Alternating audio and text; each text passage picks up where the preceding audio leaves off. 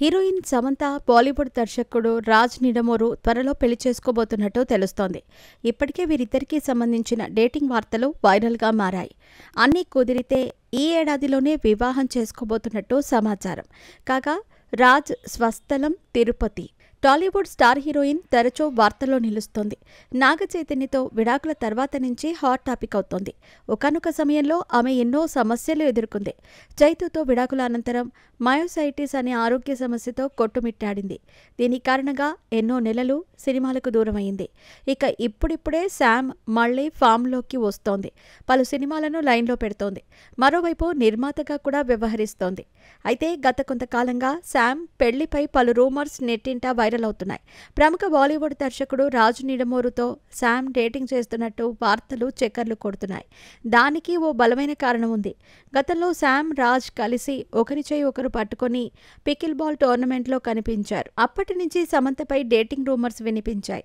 అలాగే సమంత సినీ ఇండస్ట్రీలో అడుగుపెట్టి 15 ఏళ్లు పూర్తయిన సందర్భంగా ఆమెను అవార్డుతో సత్కరించారు.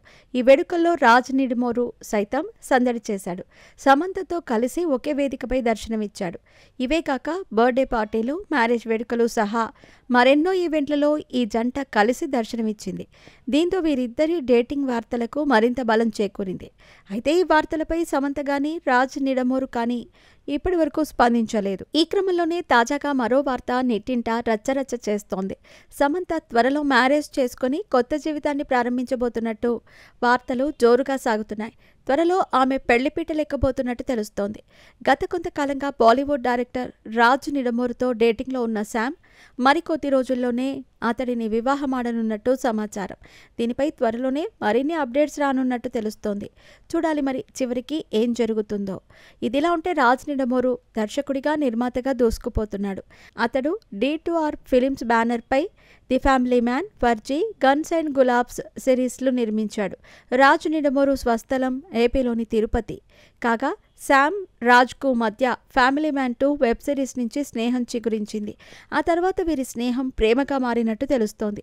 దీంతో కొంతకాలంగా ఈ జంట చెట్టాపట్టాలేసుకుని తిరుగుతుంది. త్వరలోనే మ్యారేజ్ చేసుకుని కొత్త జీవితాన్ని ప్రారంభించబోతున్నట్టు సమాచారం. ఇక సమంతతో విడిపోయాక ఇటీవలే నాగ చైతన్య శోభితను వివాహం చేసుకున్న విషయం తెలిసిందే.